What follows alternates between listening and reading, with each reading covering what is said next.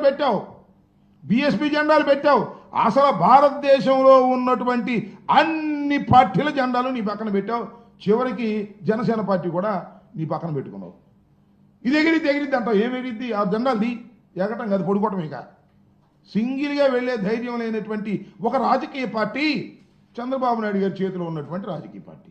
దాని గురించి వాళ్ళ గొప్పలు చెప్పేటటువంటి ప్రయత్నం ఇవాళ చేస్తున్నారు. అన్నిటికన్నా మించి చంద్రబాబు నాయుడు గారు ఒక మాట చెప్పాడండి వాళ్ళ ఆవిర్భావ దినోత్సవ సందర్భంగా. ఒక గొప్ప మాట చెప్పాడు. అదేంటో తెలుసా? సూపర్ 6 చేయాలనుకున్నాం. బయట నుంచి చూసినప్పుడు సూపర్ 6 చేసేద్దాం అనుకున్నాం. లోపలికి వెళ్ళి చూస్తే సూపర్ 6 చేయలేకపోతున్నాం. అంటే అధికారంలో లేనప్పుడు సూపర్ 6 చేయాలనుకున్నాడు, అధికారంలోకి వచ్చిన తర్వాత సూపర్ 6 చేయని అంటున్నాడు. దీన్నేగా రేవు దాటిన తర్వాత తెప్ప తగలేయటం అనేది. దీన్నేగా ఓడ మీద ఉన్నప్పుడు ఓడ మల్లయ్య, ఓడ దిగిన తర్వాత బోడి మల్లయ్య అనేది.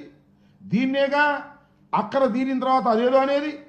చంద్రబాబు నాయుడు గారి చరిత్ర అంతా కూడా ఇచ్చిన వాగ్దానాలను నెరవేర్చుకోకుండా ప్రజల్ని మోసం చేయటం తప్ప ఏమైనా ఉందా నేను అడుగుతా ఉన్నా. అసలు నీ ఆదర్శాలు ఏమిటి చెప్పు, నాకు అర్థం కదా. ఆదర్శంతో పుట్టినటువంటి పార్టీ అంటావు. ఏంటి నీ ఆదర్శం? ఊసలు వెళ్ళి ఆదర్శం. ఎవరితో అయినా జత కడతావు, ఎవరితో అయినా వెళ్ళిపోతావు, ఏ ఘాతుకానికైనా పాల్పడతావు. అధికారమే పరమావధిగా ఇవాళ ఎన్టీ రామారావు గారు పెట్టినటువంటి రాజకీయ పార్టీని నడుపుతున్నటువంటి వ్యక్తి నారా చంద్రబాబు నాయుడు. అధికారం ఇంకేం అవసరంలా. నేను చూసానయ్యా, మీరు వెళ్ళారో లేదో, ఇవాళ చాలామంది కార్యకర్తల గురించి మాట్లాడాడు. అంతకుముందే కార్యకర్తలు కాగితాలు తీసుకొస్తున్నారంట. ఆగనే కార్యకర్తలు ఇస్తాం కదా తొందరపడితేలాగా అని డబ్బా ఇస్తున్నాడు. ఇది కార్యకర్తల పార్టీ. కార్యకర్తల పార్టీనా? శాశ్వతంగా ఉండాలండి ఈ పార్టీ. ఎందుకోసం ఉండాలి శాశ్వతంగా? మీ అబ్బాయి కోసం ఉండాలి శాశ్వతంగా.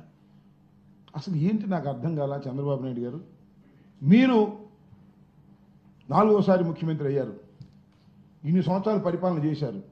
మీ చరిత్ర ఏంటి? మీరు చెబితే, మిమ్మల్ని గుర్తు చేసుకుంటే, మీరు ఇన్ని సంవత్సరాలు పరిపాలన చేసినందుకు అరే చంద్రబాబు నాయుడు గారు ఇది బ్రహ్మాండమైన పని చేశాడరా అని ఒకటి చెప్పండి నాకు. అదేమంటే హైటెక్ సిటీ అంటాడు మాట్లాడితే.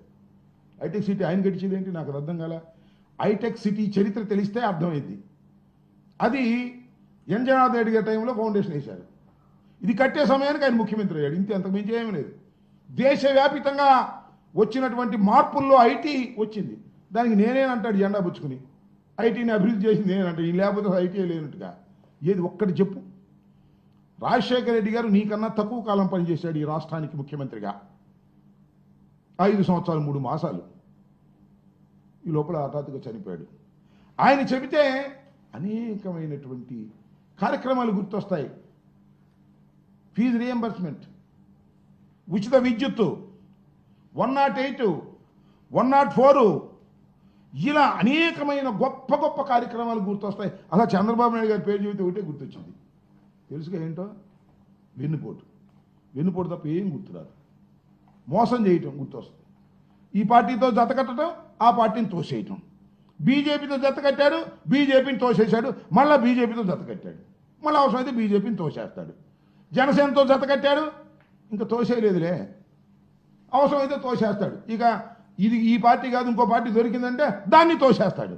ఇలాంటి నీచమైన చరిత్ర కలిగి ఏదో బతికిస్తున్నాడు పార్టీని అధికారంలోకి తీసుకురావడం కోసం. వాడి జెండా వీడి జెండా పట్టుకుని బతికించేటటువంటి దౌర్భాగ్యమైనటువంటి రాజకీయాలు చేస్తూ ఇవాళ గొప్పగా చేసేటటువంటి కార్యక్రమాలు చెప్తున్నాం అనేటువంటి మాటలు మాట్లాడుతున్నాడు. ఇవాళ ఇంకో మాట చెప్పాడు, P4 అంట.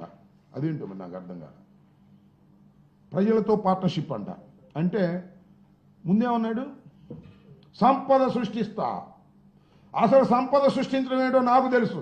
మీరు అధికారం ఇవ్వండి, సంపద గుట్లగా సృష్టించి మారేస్తా.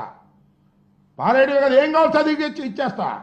సూపర్ 6, సూపర్ 7 అడిగిన అన్నీ ఇచ్చేస్తా. తమ్ముళ్ళు ఏం కంగారు లేదు అన్నావు. అధికారంలోకి వచ్చావు. ఇప్పుడు అడుక్కునే బాబు ప్రజల దగ్గరికి వెళ్ళి చందాలు కావాలి. మీకు గుర్తుందిగా, చంద్రబాబు నాయుడు అమరావతి పెట్టినప్పుడు హుండీలు పెట్టాడు. ఇటకరాలు ఇవ్వమన్నాడు, చందాలు ఇవ్వమన్నాడు. సర్వనాశనం చేశాడు ఆ అమరావతిని. ఇవాళ కూడా బాగుపడుతుంది అనుకున్నారా? ఏం బాగుపడదు. పాపం ఆయన భార్య మాత్రం 2 గాజులు 3 గాజులు ఇచ్చింది. ఆ తర్వాత మొత్తం దోచుకునే కార్యక్రమమే. మళ్ళా 26,000 కోట్లు అంటున్నాడు, మళ్ళా దానిలో దోచుకునే కార్యక్రమం. దాన్ని కూడా పరిపూర్ణంగా చేయడు. దేన్ని పరిపూర్ణంగా చేసేటటువంటి శక్తే లేదు. అయిపోతే మాత్రం నా వల్ల అయిందంటాడు అంతే. చూశారుగా, కాంట్రాక్టర్ల కోసం పోలవరాన్ని తాకట్టు పెట్టాడు, పోలవరాన్ని తీసుకున్నాడు. మొన్న అంటున్నాడు మళ్ళీ, నేను చూసా